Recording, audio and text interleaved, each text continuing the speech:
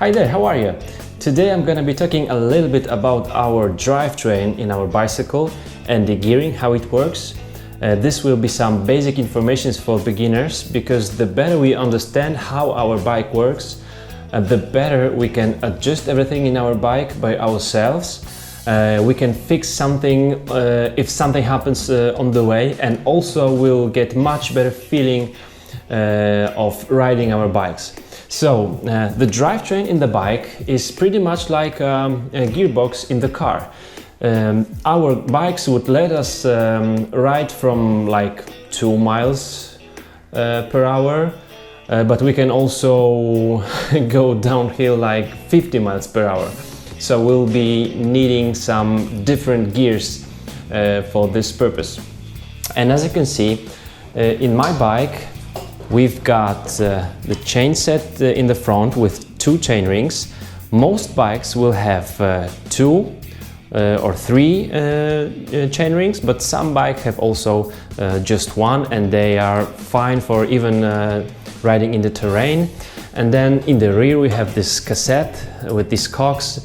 This one is 11 speed, but we can have everything from like 5 till 11 speed bikes. Now, how do this drivetrain work? Well, the larger the cog in the rear, the lighter the gear will be. As you see, when I go up, yeah, this is the easiest gear in my bike. It's very easy, and this one would let me go up the hill like 15%. So this will be the lowest gear, because I have the largest cog on the cassette, and then the smallest in the front, because it works opposite here. And then when I need to go like down the hill and I need a lot of speed on my bike, then I would shift into smaller cogs in the rear and my larger chainring in the front. And as you can see here now, the wheel is spinning very fast, because I have my big chainring in the front and the small ones in the rear. Of course, I can go down up to the 11th gear. So this is how it works. And now the question is, how do these derailleurs that we have change the gears? Basically, it's a quite imperfect construction, but it still works in our bikes like this.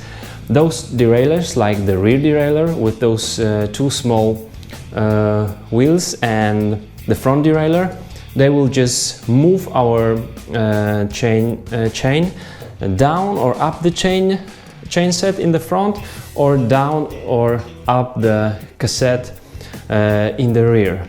And this can happen basically due to 2 forces that work against each other. One force is just the force of our fingers, and the other force is the force of the spring in the derailleur.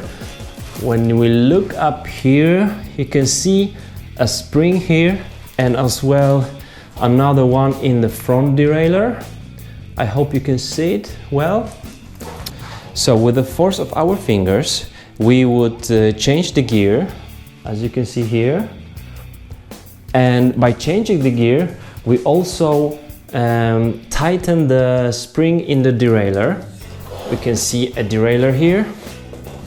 I've got one, the old XT, good old one.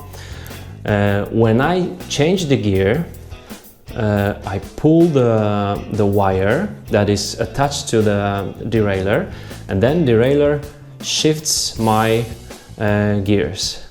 But then when I go back, when I want to shift down the gears, derailleur does it just by itself, because of the spring that is also in the derailleur, which means that the force of the derailleur works against the force of our fingers. So by keeping our drivetrain and the wires clean, and also by adjusting the derailleurs correctly, we make the gearing to work very smooth and crisp for us, and also we minimize a risk of any damage of our drivetrain, like a chain drop or even breaking the derailleur. So this is basically how our drivetrain works, and in the next videos I'll be covering the topic how to adjust the drivetrain. We'll be talking about what are all these screws about and how to tighten the wire, and also what kind of shifting levers would be best to use for you. If you have any further questions or any suggestions for me, just let me know in the comments below, and I'll see you soon in the next video. Bye bye!